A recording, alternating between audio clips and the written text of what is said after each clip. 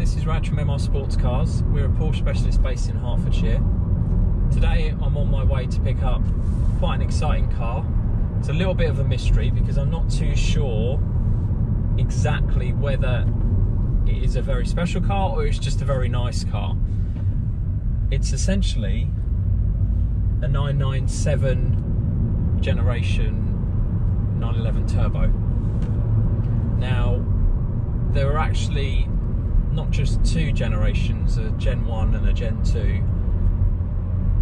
There was also a Gen 1.5, which had the ideal combination of the Gen 1 engine, which was a Mexica flat 6, which is the race-derived block found in the GT3 and also found in the 996 turbo and the GT2, which was actually a modified air-cooled unit, which can trace its roots back to the Le Mans Racing GT1. And then there was the Gen 2, which essentially is another awesome car, the Gen 2 911 Turbo 997, where they changed the engine completely. It was a completely new design unit, and it lost that historical link, that Mexica base of the engine itself. Now, in between the two generations of 997, the Gen 1 and the Gen 2, which most people will be aware of, for about 9 months Porsche produced, just for the turbo, what people call now a Gen 1.5, which essentially had all of the mechanical drivetrain, engine, everything looks of the Gen 1, but with the Generation 2 sat-nav and dashboard design. So it has the updated air conditioning control system, it has the PCM3 touchscreen, sat-nav, Bluetooth connectivity. So it really was a leap forward in terms of the day-to-day sort of gadgets you would use in the car, but still having the traditional sort of historically linked and significant engine. Now, the car I'm going to look at is a 2009, which is ideally when you would, if you were looking for a Gen 1.5, that was when it was first registered in the UK. But the details I got of it are not exactly clear because I haven't actually seen any shots of the interior. I've got one sort of glance. There's one view taken from the outside of the car where you can sort of see into a rear three-quarter window and you can see a black center console control. All the PCM and everything is black, whereas in the Gen 1 cars it was all silver from the factory, unless you optioned it to all be gloss black. So chances are it is a Gen 1.5. I am quite excited about it because there were so few Gen 1.5 911 turbos, especially with them. This one has a manual gearbox, so most were spec'd with the Tiptronic box, and that would have been because the first owners were, stereotyping a little bit, they would have been sort of managing directors, they would have been people who want to use the car every day, potentially be driving it in traffic, so they don't want the hassle of a potentially heavy clutch, using their arm to change the gear. As soon as it left those first owners, I think most people would prefer, who buy these cars, the enthusiasts, would prefer a manual gearbox because it's more involving. So you've got this strange mix of a lot of the cars being spec'd with an automatic gearbox, which is a phenomenal box in itself, and then you have the rarer manuals, so the sort of more enthusiastic first owners would have spec'd the manual.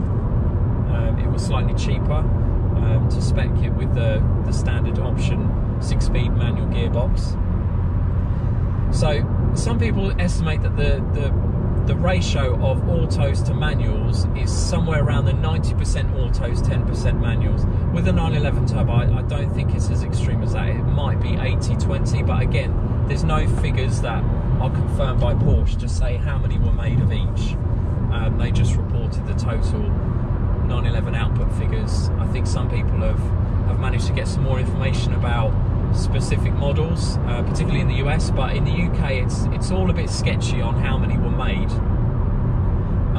In terms of Gen 1.5 manuals, it's very hard to tell. For that in that 9 months in 2008 and 2008, it was late 2008, early 2009, we were in a recession in the UK. So a lot of people say, well, there weren't very many sold, maybe a few hundred of total manual and automatic. So this manual could be one of maybe 50-60 cars in the UK when they were registered first of all, and then obviously some may have been written off, some may have been exported to other regions that like a right-hand drive car.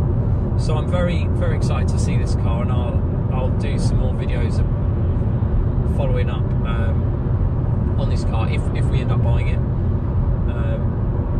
It's quite likely I will buy it, to be honest. There was a lot of people that saw it and probably spotted the ambiguity of the advert to sort of warrant them giving them a call, and they've had lots of inquiries about it, and I was the first one to pay a deposit to hold it.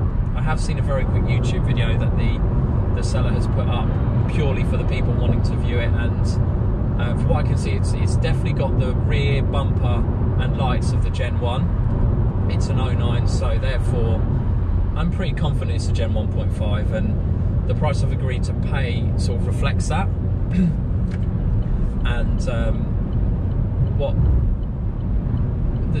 the only hurdle for me in travelling up to it is that it is 200 miles away by road, so it's going to take me the best part of 3.5 hours to get to the car. And normally, if it wasn't the strange times that are now, I would have just jumped on a train to go and see this car, but I've had to come up with some alternative solutions, and one of the great initiatives that is being done is actually by Enterprise Rent-A-Car, where they've made the one-way rentals, so a non-returning rental where you pick up a car in one location, in this case being where I'm based, Welling Garden City, and then taking the car to your destination, in this case somewhere up north, and then essentially leaving the rental car there. And the price isn't actually very much. I think on a business account I'm paying about £40 plus the fuel, which should actually work out about the same as getting the train. So I'm really grateful for companies like Enterprise sort of stepping up and allowing people to carry on travelling for business purposes. I am a registered motor trader specialising in Porsche, as I've said, so this is a business use of the roads and travelling to find new stock, because essentially, even though it has been locked down, I have been able to sell cars safely. Some cars have been sold over the phone with people. One chap paid for a independent inspector to come out and view the car, again without me going near him and the car being disinfected, and he also managed to take the car out himself to make sure it was all mechanically sound, and then that's gone on a transporter to Ireland, so the owner hasn't even seen it until it's going to arrive. And then other cars, I've managed to do very detailed videos about the cars, looking specifically at things like brakes, tyres, condition of the bodywork, all the interior leathers, to show them that the car is as it should be, and they've essentially agreed to buy the car. They may have come to view it, but again, I've got a secure unit which allows us to keep at a safe distance. It's obviously by appointment only, it's not a showroom as such, it's just literally a storage unit where I keep all the cars on trickle charges undercover. And they've been able to come there, see the car with me nowhere near them, start up the car, hear it running. We haven't done test drives because again that would mean that we're too close to each other for it to be safe, and then with essentially they've paid the full amount, and then I've delivered the cars for free, with my partner follow me in a car behind. We drive the cars up to them, disinfect the car on their driveway, on the wherever they want the car delivered to, and then we return home in our own car. So there have been ways where we've managed to keep the business running, and I was quite surprised when we've still managed to sell quite a lot of stock of Porsche, because people are online looking for things to do after things go back to normal. And so it's been really heartening to see that people haven't lost their enthusiasm for buying sort of dream cars for themselves, and we've helped facilitate that. So even though I came into March thinking we're not going to sell anything, so I sort of stocked to about half and made sure I had plenty of cash left in the business account so that I could survive, basically. If this took 3-4 months and I didn't sell anything, I would still be able to pay all my bills, my rent, my insurance, and any other business charges, my accountant, all of that stuff, my VAT, all of that stuff was covered. But essentially the phone carried on ringing, the emails carried on coming in, sort of coming in at a steady rate, so that we were able to keep on trading, but with a different style of trading, I would say. So I've then had to adjust how I buy cars, and this is exactly a case in point. I look much more online for where cars are. I do a lot more due diligence for my own peace of mind, in terms of asking the sellers to upload videos of the cars, and so I can essentially see the condition before I turn up, because I don't want to make a single wasted journey during this time. I want it all to be for a purpose, and so far that's been great. And this one car is that little bit further, and I've had to, rather than us taking a car up and me driving back on the trade plates behind the car we take up, it wasn't worth doing that, and then so we had to look for alternative solutions. So that's essentially what we're up to today, is driving a rental to go and see a very exciting 911 Turbo, and I'll have more to report on it further on in the course of the day.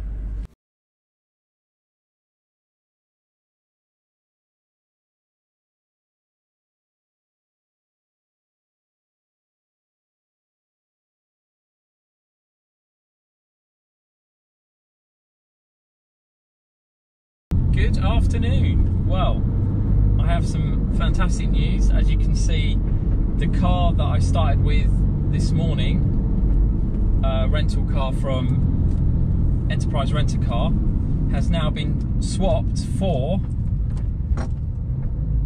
a Porsche 911 Turbo 997 that I went to see, and it is in many ways much better than I anticipated, because it has a whole bunch of special options which I'll highlight in another follow-up video once I've had a proper look at the car. But essentially it is, as I suspected, a Gen 1.5 997, so it has the Metzger engine with the updated PCM air conditioning control unit, all in lovely black plastic.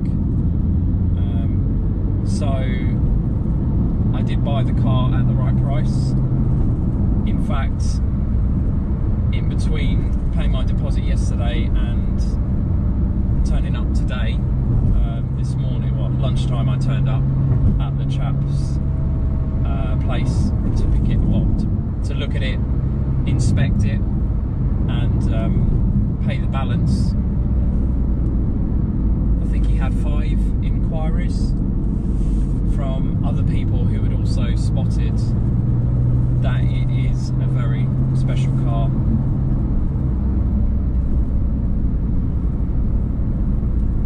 So yeah, I'm absolutely thrilled that I've got this car. Now there are some issues with it, which are common 997 issues, and I will be working on those. I mean, typically I allow for prep on one of these.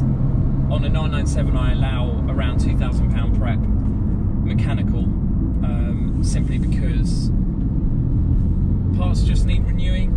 They're coming up to, what, between 10 and 15 years old, depending on what model it is. And so bushings need replacing, coffin arms, top mounts, coolant pipes, brake discs, pads, bearings, wheel bearings, all sorts of stuff, as well as servicing I have carried out, so that the cars are literally in tip-top condition, ready for their new owner. This car, immediately upon me inspecting it, I could tell air conditioning wasn't working. That's a common issue because the air conditioning condensers are mounted right in the front lower bumper, in the two side vents, and they actually sit in front of two coolant radiators. Now they do protect the coolant radiators, but unfortunately they themselves are in the firing line for stones from other cars if you're following a car, so they do suffer from leaks intermittently, and they will both probably be replaced. The system then pressure tested to make sure it still holds pressure, and the system they use pumps nitrogen, I believe, into the system and holds it for a period of time to see whether it maintains that pressure. If it does, then it will put in the refrigerant, the CFC or non-CFC, I don't know what one they use now, but they put the refrigerant in. By law, they're not allowed to put refrigerant, they're not allowed to refill an aircon system that has a leak in it, and the machine won't let them do it either. So that's job number one. And it's 28 degrees today, no air conditioning in a black interior 911 is pretty hot. It's not the worst place you could be because it has a sunroof, and I've had the sunroof open apart from when I've been filming this, and the windows as well, also at low speeds. So it is very hot in here, a nice hot day in the UK at the moment. And the other thing I noticed was the coolant pipes in the offside front wheel arch at the leading edge. There's two coolant pipes that feed into the crossover pipes. There is a little bit of pink residue from where coolant is leaking out of them very slowly, so they will be replaced. If the crossover pipes which go over the front axle are also corroded or showing signs of corrosion, they'll be replaced as well, which is another big job because you need to drop all the suspension at the front to get to them. The parts themselves aren't particularly expensive, it's just the labour involved in stripping the brakes and the suspension off of the front of the car. And it's due a service. The last service was done on time by Porsche Chester in 2018, so it's now due its next service, which we will do. We'll do a major service brake fluid change and anything else. The brakes are all fine, which is good, so they should be fine. I just need to check the pads properly again once we get back, and I inspect the car again. And also the switch that opens the front boot area isn't working, but it does work on the key, so it's just literally the switch itself, and that's quite an easy. You can buy the new switch mechanism from Porsche, so if they're open again, I can get that part ordered as well. So there's a few bits, but I was kind of expecting some mechanical preparation. These cars are quite complex and they do need proper care and maintenance on a regular basis. It drives absolutely fantastically, everything works as it should, other than the aircon. So the switchable suspension works, the Sport Chrono works, the rear spoiler works, which is another key thing. That was the other thing to watch out for on these, is do the hydraulic rams lift the spoiler both evenly and also all the way up, and that all works. It comes up automatically at 70 and I think it goes down at 50. I'm actually going to test that in another video, where the GoPro I've noticed it's got an accelerometer, so it will be able to estimate the speed. So I'll set that up on the back when we have a decent road to try that on. So other than that, I'm very pleased. It's a stunning car to have in stock. It's Arctic Silver. It has black leather and, as I said, a lot of very, very nice choice options. So I'll be working on what exactly it has, and then probably doing another video to talk about that, as well as another video to talk about how I inspect a car like this and things to look out for, which I've mentioned on this video, but I'll actually show you those things, and how we repair them with Porsche Care. Matt at Porsche Care, based in Todds Green near Stevenage, is absolutely fantastic. So he'll have the car on the ramp and he'll inspect it, and anything else I've missed he will most definitely spot as well. So we'll have a big preparation list and we'll just work through it before even advertising the car, because I want these kind of cars. It's a supercar, it's a collectible car. It needs to be prepared right before it gets put out on the market and hopefully onto its new owner very shortly. So I'd just like to thank you for watching this video. It's a little bit boring because it's only me behind the wheel, but essentially there's a lot of hopefully useful information on what it's like to be a Porsche specialist and what it takes to sort of go up to see a car, pick it up and come back with it. And I'll add more videos in the coming weeks to show other aspects of being a Porsche specialist in the UK. If you'd like to see more, please do subscribe to my channel, MR Sportscars, which is the name of my company, and also it'll really appreciate if you like the video and also share it with your friends, share it on Facebook and anywhere else, and feel free to comment if you've got any questions about this car in particular, then happy to answer them. So yeah, I wish you all a great day and I'll see you on the next video.